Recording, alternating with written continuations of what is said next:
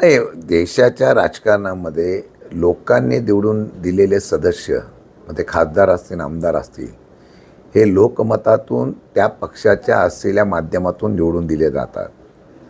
दुर्दैव एवढंच आहे की ज्यांच्याकडं पाशवी बहुमत आहे अशा प्रकारचा नारा देणारा भाजप स्वतःच्या कार्यकर्त्यांच्या, स्वतःच्या पक्षाच्या ताकदीवर निवडून न येता निवडून आलेल्यांना पक्ष फोडायचा आणि त्यातून बहुमत आणि देश जिंकला, राज्य व्याप्त केला, अशा प्रकारची भीमगर्जना थाटामध्ये जी वल्गना करते आहे, हे दुर्दैव आहे.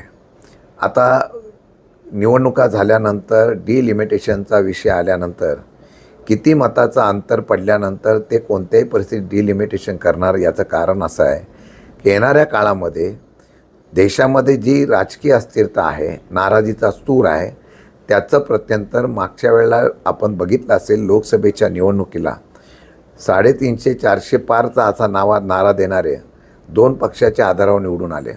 आत्ताच्या निवडणुकीला सुद्धा तशीच परिस्थिती होईल, किंबहुना केंद्रातलं सत्ता जाऊ शकते.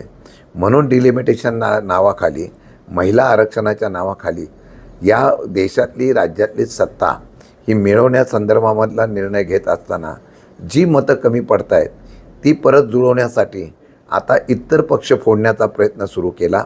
त्याचं हे प्रत्यंतर आहे. आणि मला वाटतं की कोणी प्रेमाने जात नाही.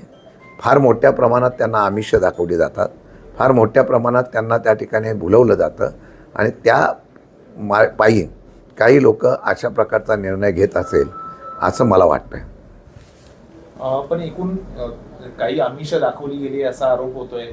परत त्याचबरोबर जे पवनराजे निंबाळकर हत्या प्रकरण आहे त्याच्या अनुषंगाने ओमराजे निंबाळकरांवर प्रेशर आणलं, दबाव आणलाय, त्याचा निकाल काही दिवसांवर आहे. हे या सगळ्या गोष्टी झाल्या, त्यामुळेच हे सगळ्या गोष्टी होत आहेत असं वाटतं तुम्हाला?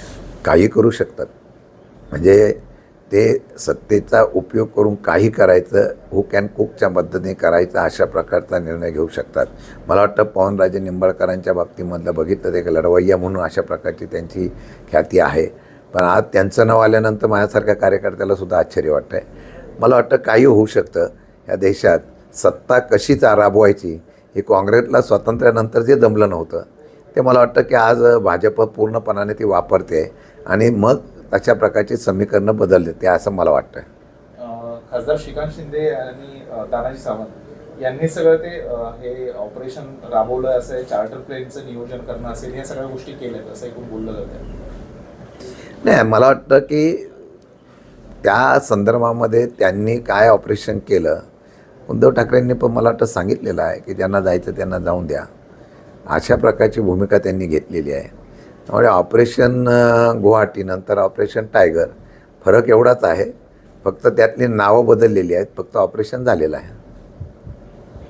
सर, ऑपरेशन टायगर नंतर आता ऑपरेशन तरीकी पण धास्ती आहे, अशा काही बैठका वगैरे घेतल्या जात आहेत अशा पद्धतीनं आपल्याकडून, की असं काही होऊ नये?